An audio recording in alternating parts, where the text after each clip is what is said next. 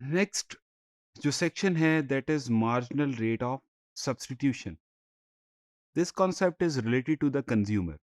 Like production possibility frontier was a concept related to the production or supply side. This concept is a demand side concept which shows a amount of commodity Y a nation must give up to get each additional unit of X.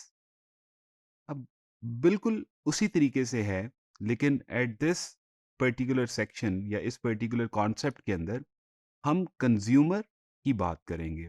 Like आप ये देखें, जैसे production possibility frontier के अंदर हमने discuss किया था कि आपके पास वेरियस कॉम्बिनेशन थे.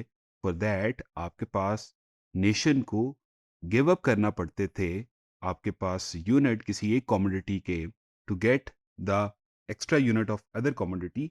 इसी तरीके से आपके पास कंज्यूमर को भी क्या करना पड़ेगा कि एक किसी चीज़ के एक्स्ट्रा यूनिट लेने हैं या ज़्यादा यूनिट लेने हैं तो दूसरे के छोड़ने पड़ेंगे.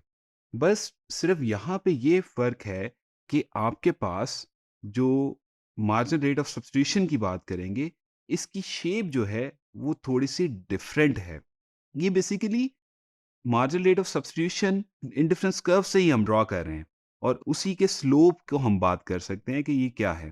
चलता सपोज अगर आप देखिए मार्जिनल रेट ऑफ सब्स्टिट्यूशन की बात करें पॉइंट एन के ऊपर, और अगर आप एन पॉइंट का जिक्र करें तो एन पॉइंट के ऊपर जो स्लोप है इंडिफरेंस कर्व का वो ज़्यादा है.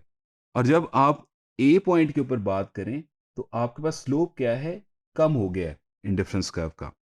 मैं अगर आप यहाँ पे टेंजेंट ड्रॉ कर दूँ यहाँ पे और यहाँ पे, यू वुड सी दैट जो कर्व दोनों बने हैं इसको मैं एक्सटेंड कर दूँ इस साइड पे, तो ये इसका स्लोप ज़्यादा है और ये थोड़ा सा फ्लैटर बन रहा है टेंजेंट, और इसका स्लोप क्या है, कम है.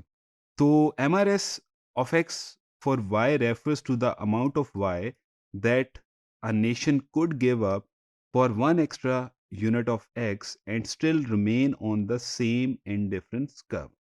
तो वही चीज़ है जो हम पहले बात कर चुके हैं. जो आपके पास कंज्यूमर है वो एक ही इंडिफरेंस कर्व पे रहेगा, लेकिन उसको with the passage of time जो एक्स्ट्रा यूनिट हैं वो वाई के कम से कम देने के लिए तैयार होगा. जबकि अगर आप देखें कनकेव जब शेप बनी थी प्रोडक्शन साइड पे, तो आपने देखा था कि यूनिट क्या थे, आहिस्ता आहिस्ता बढ़ रहे थे.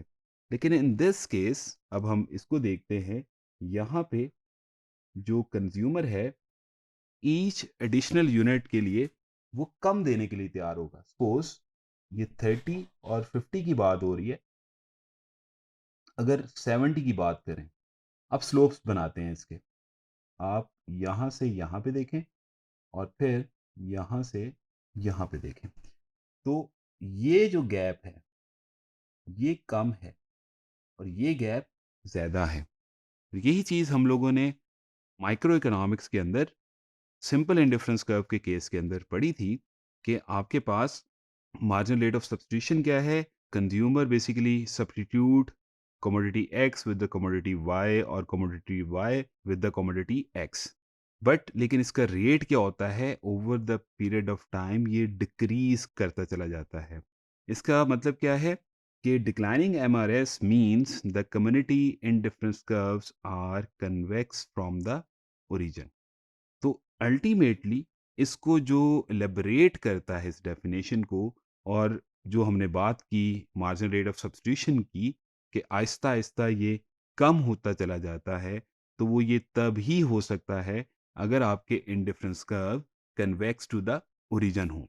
अगर ये स्ट्रेट लाइन हो, सपोज ये स्ट्रेट लाइन है, तो हो सकता है आपका, बल्कि एग्जैक्टली आपका जो मार्जिनल रेट ऑफ सब्स्टिट्यूशन है वो सेम ही होगा, वो डिक्लाइन नहीं करेगा.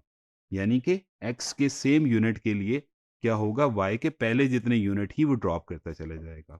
तो इन दैट केस इनको डायग्राम को यूज करने का मकसद ये था कि आप इजीली इनको समझ सकें. तो ये कॉन्सेप्ट था मार्जिनल रेट ऑफ सब्स्टिट्यूशन का.